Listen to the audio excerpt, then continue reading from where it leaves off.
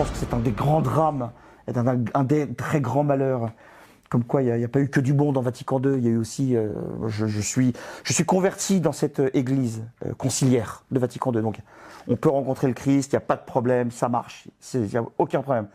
Mais il y a quand même des lacunes et des trucs qui sont pas... On revient de loin, vraiment on revient de très très très loin et c'est pas gagné. Et on espère que, et je pense que c'est à la hauteur, et c'est pour ça qu'on aime tant aussi la messe, comment on dit, la messe, je sais même pas comment on doit dire, la messe de toujours en fait. Oui. Parce que la messe de toujours, justement, il y a ce côté précieux, beau, qui nous amène vers... On est très sensibles tous les deux à la tradition.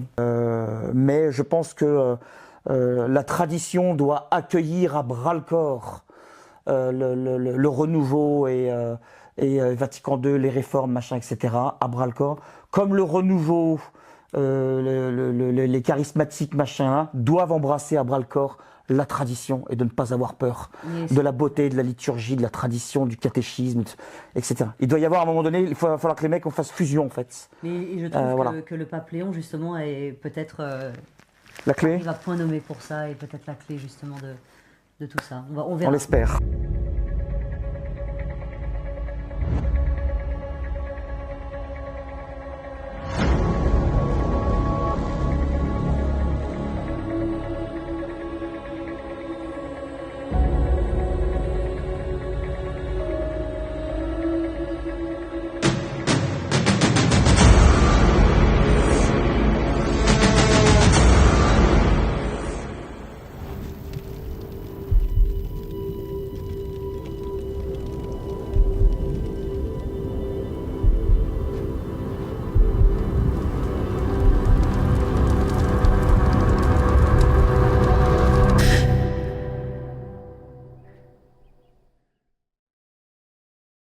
Deux jours plus tard, cette même amie qui m'a emmenée à la messe me propose à son tour d'aller à Paray-le-Monial.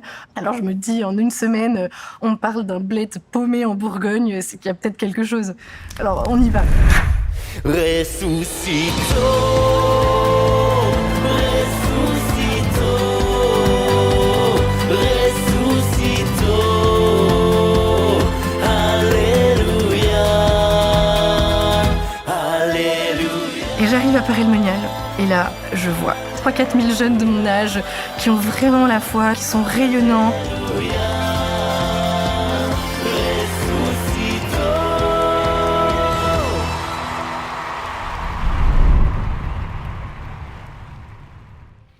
Mes bien chers amis, mes bien chers frères,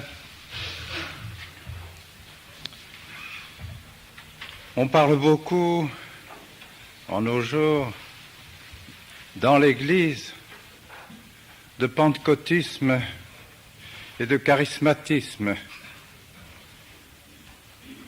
Et en effet, beaucoup de catholiques aujourd'hui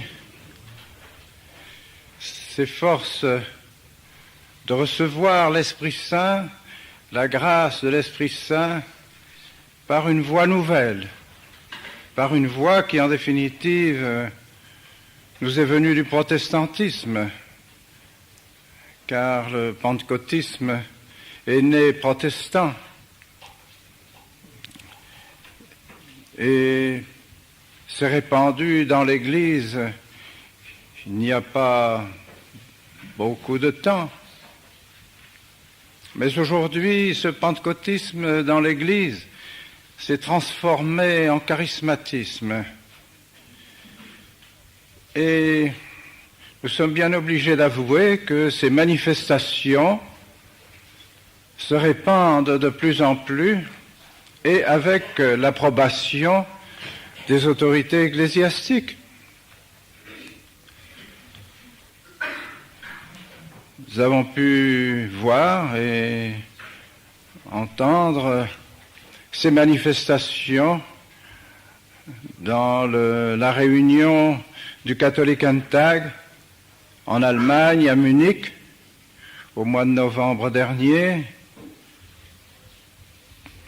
Tous les évêques et cardinaux allemands étaient réunis à Munich au milieu de 80 000 de leurs fidèles, Et ces manifestations ont eu lieu particulièrement avant la réception du sacrement de l'Eucharistie. Manifestations qui ont vraiment quelque chose d'étrange. On peut en vérité se demander si elles sont inspirées par l'esprit véritable de Dieu ou par un autre esprit. Et à peu près à la même époque, à Graz, en Autriche, avait lieu également, sous la direction de l'évêque de Graz, des manifestations charismatiques.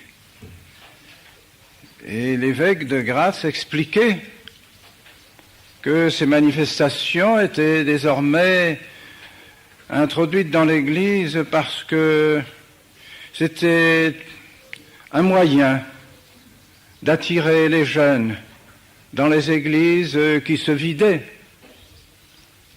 et que peut-être par là ce serait un moyen de faire revivre la vie chrétienne par cette jeunesse.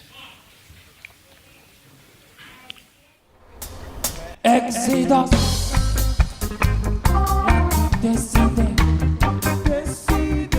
Ma vie a pris un tour hallucinant. Je faisais plutôt du rock et puis maintenant je fais de la louange. Voilà, cette musique où on parle, où on s'adresse à Dieu. Il est bon de chanter sa louange. Je travaillais avec une artiste incroyable qui était ma voisine, qui s'appelle Rona Hartner.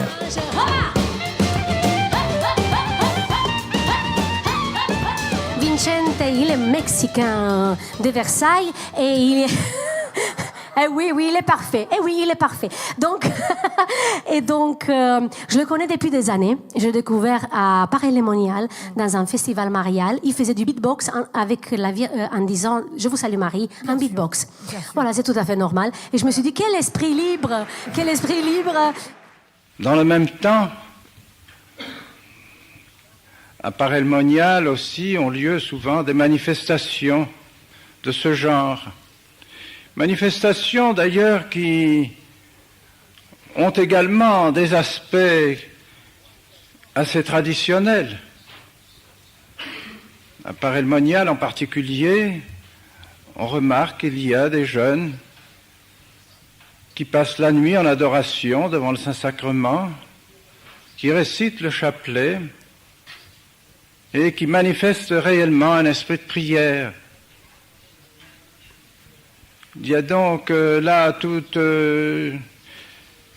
un aspect bizarre et étrange qui mélange à la fois la tradition dans l'Église et des manifestations qui sont plus étrangères à l'Église qu'habituelles dans l'Église.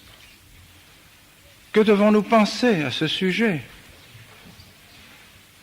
Devons-nous croire vraiment que c'est une voie nouvelle qui a été ouverte à l'occasion du Concile Vatican II et quelques années avant pour recevoir l'Esprit Saint?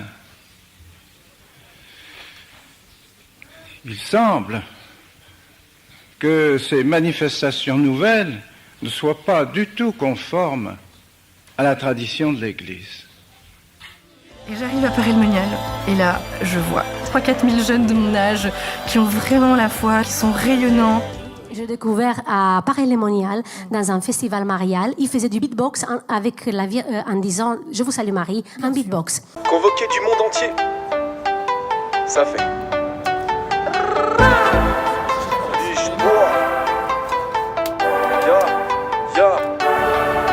Je vise que le haut comme Jésus-Christ le grand. Dans son bateau je ride sur l'océan. Comme Ronaldo je dribble ses opposants. Pas besoin de coco pour te sentir puissant. Ma seule bataille c'est de dire à tous ces gens que le Seigneur t'aime peu importe les gens. Que l'amour est plus puissant que l'argent et bien plus vrai que tous ces dirigeants. Bible, chapelet, viser le sommet. Basket, lacet, le pape, je suis prêt à vibrer, électriser. Pas besoin de teaser, prophétiser. Obrigado, molto bem. Bem, bem, ouais, tout Dieu t'aime. Je suis dans le bus vers les JMJ. Jésus vivant, t'attends ici. Les 20 d'Emmanuel Belgium. les 20 le fils, les 20 les 20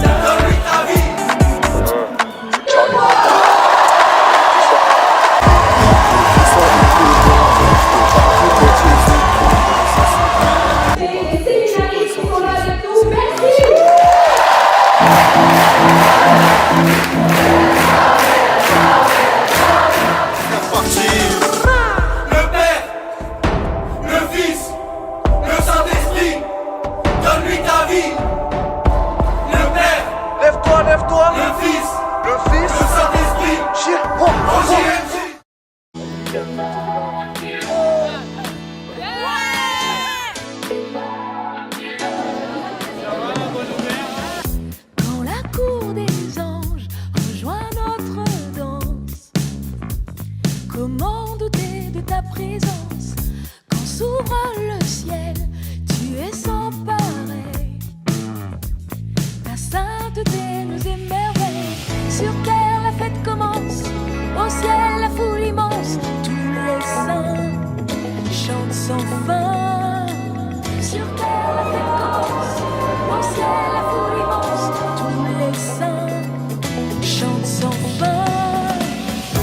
Emmanuel, Dieu avec nous, si près de nous, c'est pour sentir ta joie. Emmanuel, Dieu avec nous, si près de nous, on te voit danser, que nos âmes s'apprêtent, toute crainte s'arrête. Au son des hymnes et des trompettes, ta voix nous réveille, à toi nous appelle. Ta sainteté nous émerveille. Emmanuel, Dieu avec nous, si près de nous, on peut sentir la joie. Emmanuel, Dieu avec nous, si près de nous, on peut te voir danser. Ouh, ouh, ouh, je peux te voir danser.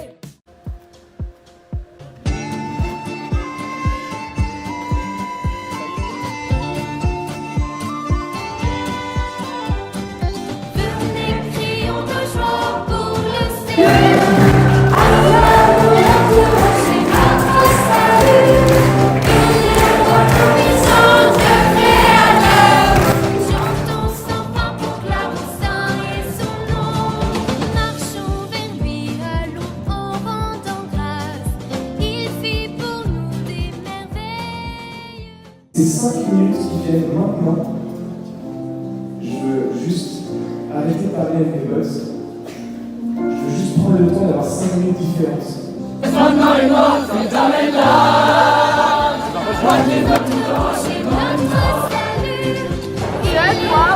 Les deux.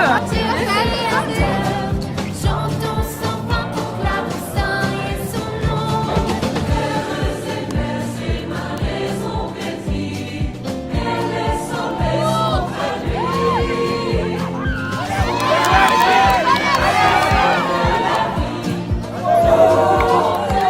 Bonjour, je m'appelle Bastien, je viens de Lorraine et je fais mes études à Paris et là je pars avec Lyon Centre au JMJ.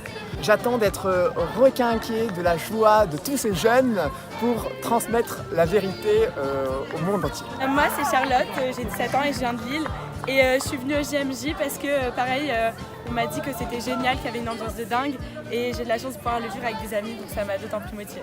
Moi je m'appelle Paul, je suis bien content d'être là parce que ça me permet de voir plein de chrétiens, une grande communauté autour, c'est bien de se voir unis autour d'une même foi. Bonjour, moi c'est Amélie, je suis avec le groupe de Paris, j'attends de ces JMJ beaucoup de choses, de rencontres, tout ça et j'étais invitée au JMJ par Solène. Bonjour, je m'appelle Solène et j'ai trop hâte d'être au JMJ parce que c'est un moment que je vais passer avec des amis et puis je vais pouvoir me ressourcer, ça va être génial. Viens, Esprit de Dieu vivant.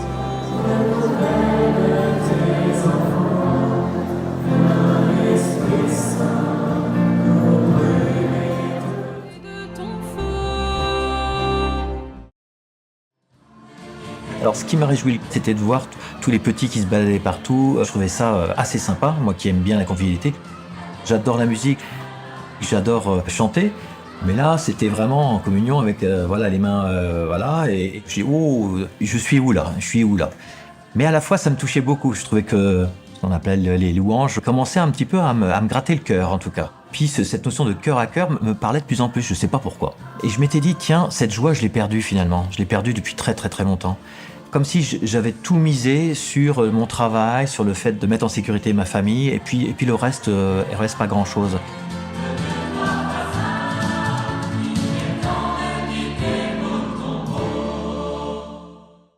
Monseigneur, que penser des charismatiques, des cursillos et de tous ces mouvements? Faut pas y aller, c'est le diable. C'est pas le Saint-Esprit. C'est pas le Saint-Esprit. C'est pas le Saint-Esprit, c'est pas le Saint-Esprit. Les gens deviennent possédés. Je vous assure, ce n'est pas l'Esprit Saint. Parce que l'Esprit Saint, conduit toujours à l'Église catholique. Voi, rinnovamento carismatico,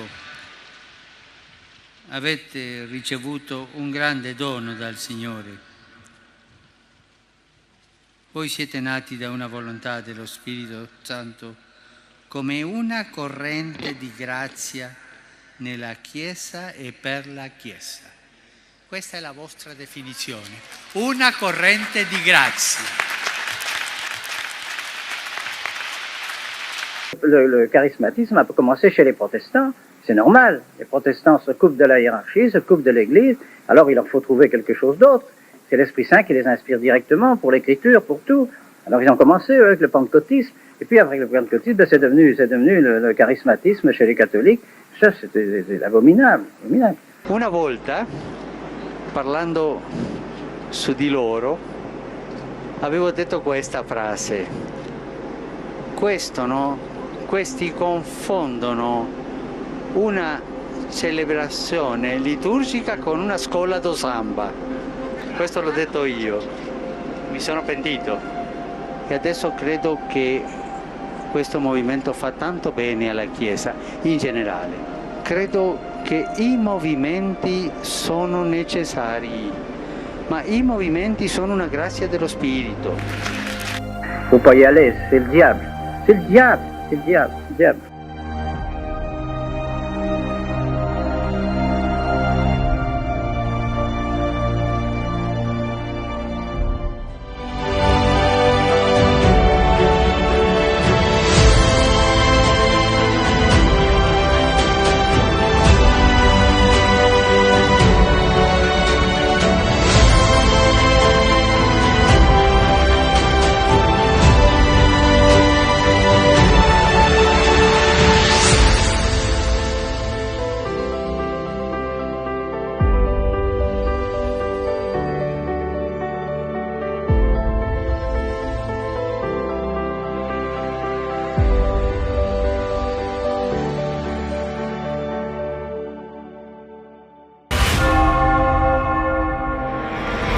La plus grande menace du démon n'est pas pour votre corps, mais pour votre âme.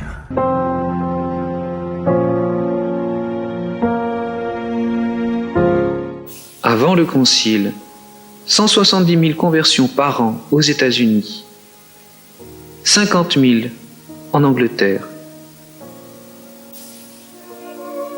Aujourd'hui, il n'en reste rien.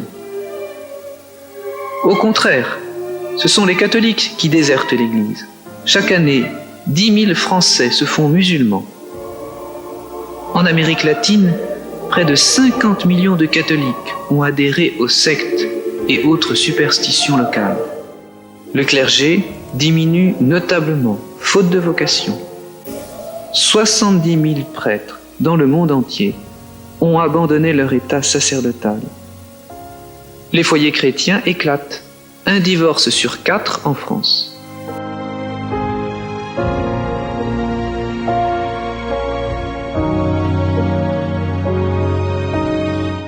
La raison de cette catastrophe, c'est que l'Église a abandonné la vérité. Le modernisme l'a dépouillée de ses certitudes, de sa sainteté. Au siècle dernier, un chanoine apostat et franc-maçon, Rocca, décrivait ce que nous vivons aujourd'hui. Pour faire entrer l'Église catholique dans le synarchisme, dit-il, nous devons la dépouiller de la certitude de la vérité, de sa propre identité dogmatique.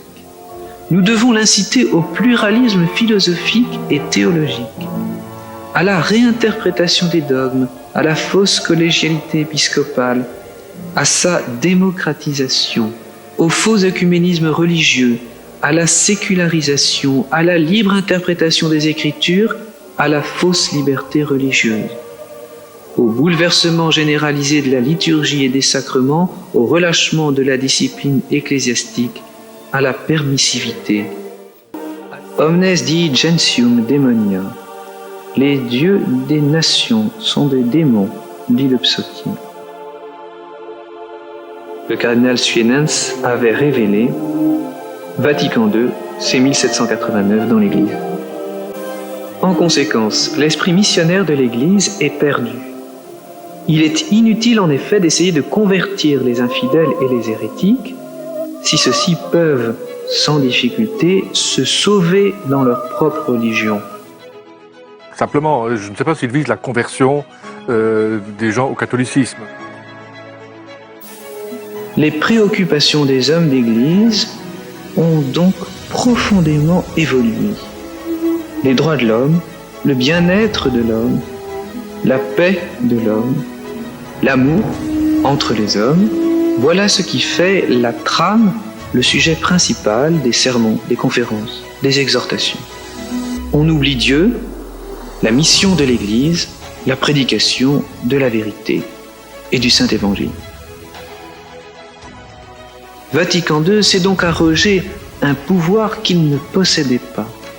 Toutes les réformes post-conciliaires ont contribué à changer cette vérité de la foi. Nouvelle messe, nouvelle liturgie, nouveaux sacrements, nouveau catéchisme, nouveau code de droit canon, nouvelle traduction biblique, nouvelle spiritualité, nouvelle théologie.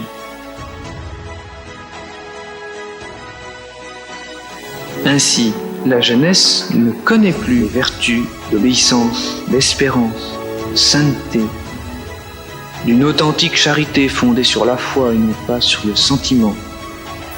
Elle se trouve abandonnée aux idéaux du monde. Le profit et le refus de l'effort dans le travail, le culte du corps à travers le sport, les revendications des droits et des commodités de toute nature, les spectacles corrupteurs de la morale, la jouissance de tous les plaisirs des sens. Si la jeunesse abandonne de plus en plus les églises, c'est parce qu'elle n'y trouve plus son pain quotidien, parce qu'elle n'y trouve plus le Christ, vie de l'âme. Honneur à l'homme, honneur à la pensée, honneur à la technique, honneur à la science, honneur au travail, honneur à l'audace humaine. Honneur à l'homme, roi de la terre, et aujourd'hui, prince du ciel. C'était la conclusion du Concile Vatican II. L'Esprit Saint ne fut pas promis au successeur de Pierre pour que, par sa révélation, il manifeste une nouvelle doctrine, mais pour que, par son insistance, il garde saintement et expose fidèlement la révélation transmise par les apôtres, c'est-à-dire le dépôt de la foi.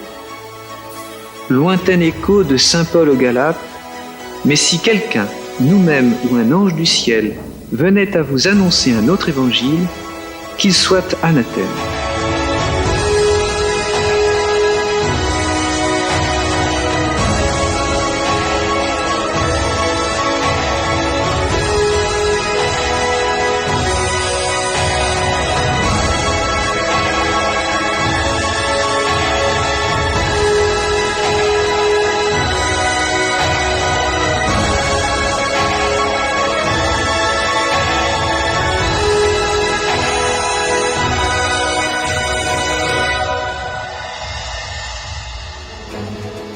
Le cœur de Jésus, c'est le feu.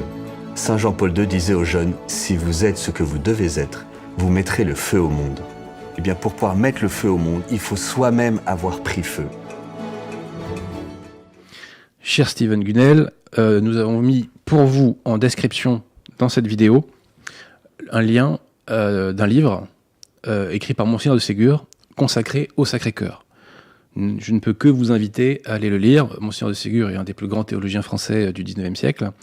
C'était un ami du pape Pie IX. Il a été approuvé par le pape Pie IX, notamment dans ses écrits sur l'infaillibilité pontificale, lorsqu'il rappelait que tout l'enseignement officiel de l'Église est infaillible. Voilà, donc Monseigneur de Ségur a un CV parfait. Il est totalement au-dessus, je dirais, des querelles doctrinales d'aujourd'hui. Il en est en dehors, si je puis dire, encore que, je vous avoue qu'il penche plutôt du côté des vacantistes, mais bon, ça c'est un autre problème. Voilà, donc vraiment, je vous renvoie, cher Steven Gunnel, à cet ouvrage.